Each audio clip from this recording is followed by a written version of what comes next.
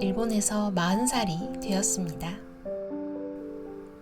그리고 제 월급 명세서에 새로운 공제 항목이 생겼어요.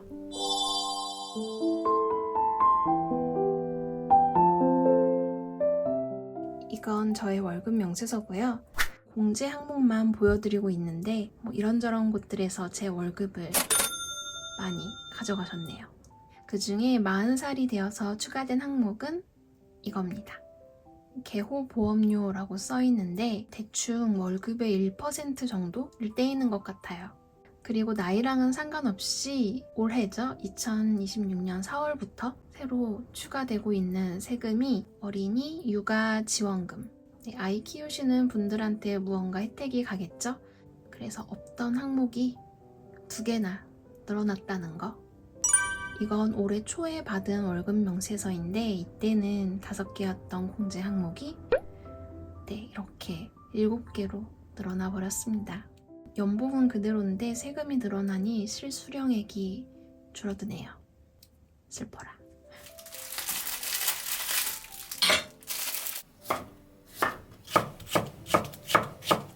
대체 새롭게 내는 이 보험료가 뭔가 싶어서 일본의 개호보험에 대해 알아봤는데요.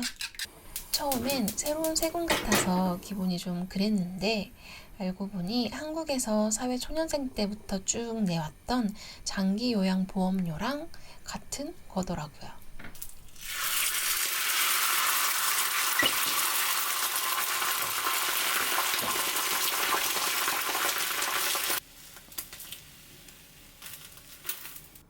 그런데 일본 개호보험에만 있는 좋은 점이 하나 있는데 바로 고액부담 상한제가 존재한다는 거였어요.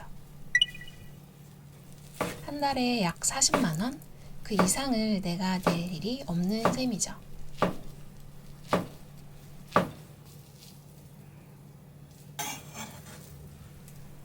그러고 보니 노년에 아프면 간병비로 파산할 수 있다는 이야기를 일본에서는 잘 못 들어본 것 같아요.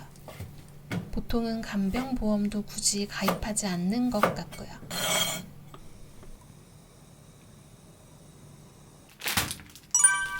코난 콜라보만 보면 홀린 듯 사버리게 되네요.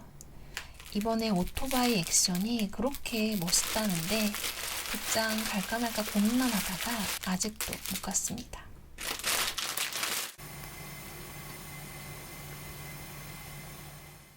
저는 일본에서 큰 수술도 받으면서 고액 의료비 상한제 혜택을 직접 받아본 입장이라서 이 상한제도가 진짜 좋다는 걸 그때 느꼈었거든요.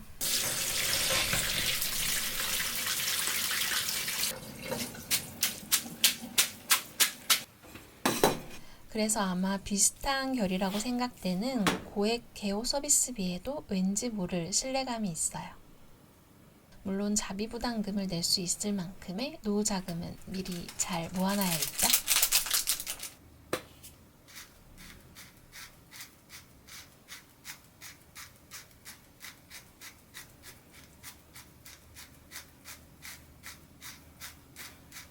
한국의 여름이 비빔면이라면 일본의 여름은 이 히야시추카인 것 같습니다.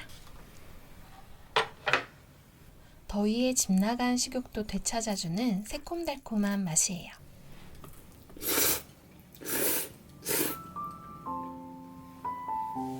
저는 30대에 일본에 왔는데요. 그 전까지는 일본에서 나이 드는 미래를 그려보지 못했거든요.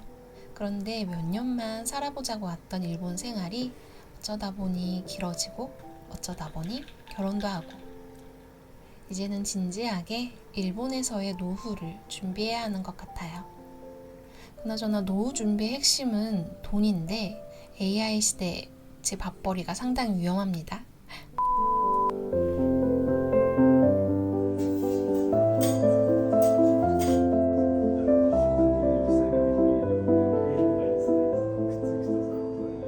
테파야키 키바라는 곳이에요.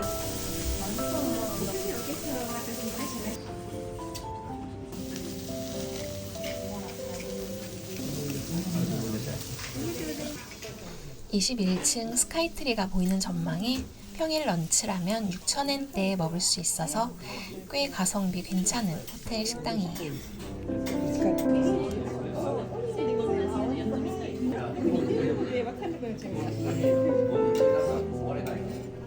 오늘도 시청해주셔서 감사합니다.